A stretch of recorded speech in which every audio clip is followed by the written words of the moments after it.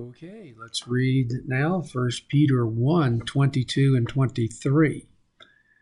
Tas psukas homon egnikates en te hupakae tes aletheas eis Philadelphian and anupakriton ek katharos cardias allelus agapesate ektenos. Verse 23. Anag gene menoi uk ek sporas phthartes al aphthartu dialagu zontas theu kai menantas. All right, let's see if we can translate these last couple of verses. So, I'll draw in here reading along. So, we're going to start with this participle. Having purified your souls, okay, and then translate "n" as by the obedience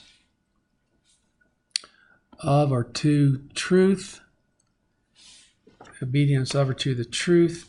Now this next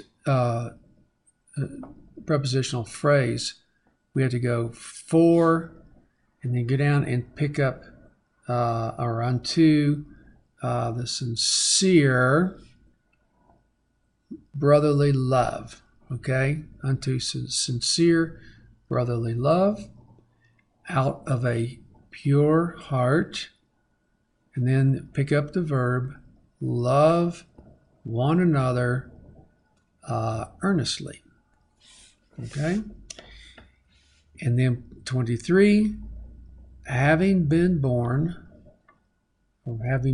again, not from perishable seed, but imperishable.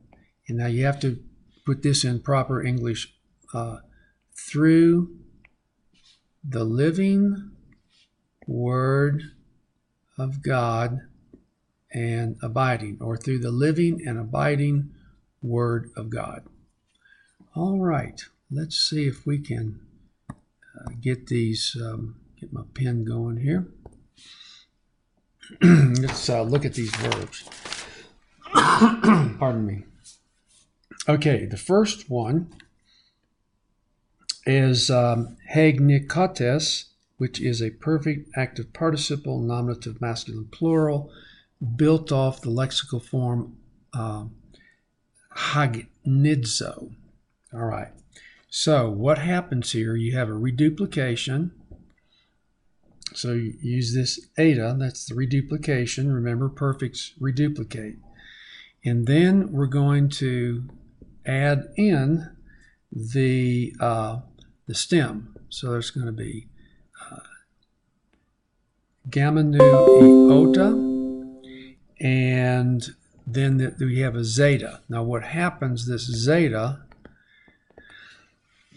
is going to drop out before the kappa. Okay, so that's going to drop out before the kappa of the participle morpheme. So let's see if I can get that to erase. It's not wanting to erase. Okay, so there we go.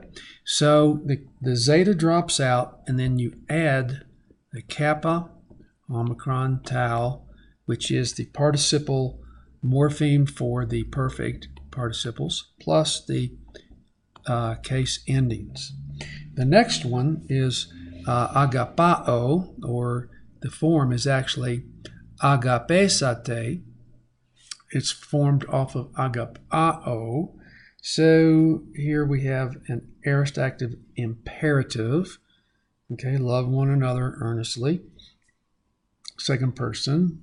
So let's just build it right here. I'm going to go ahead and use this form here. So you have agape. Now, how do we get this?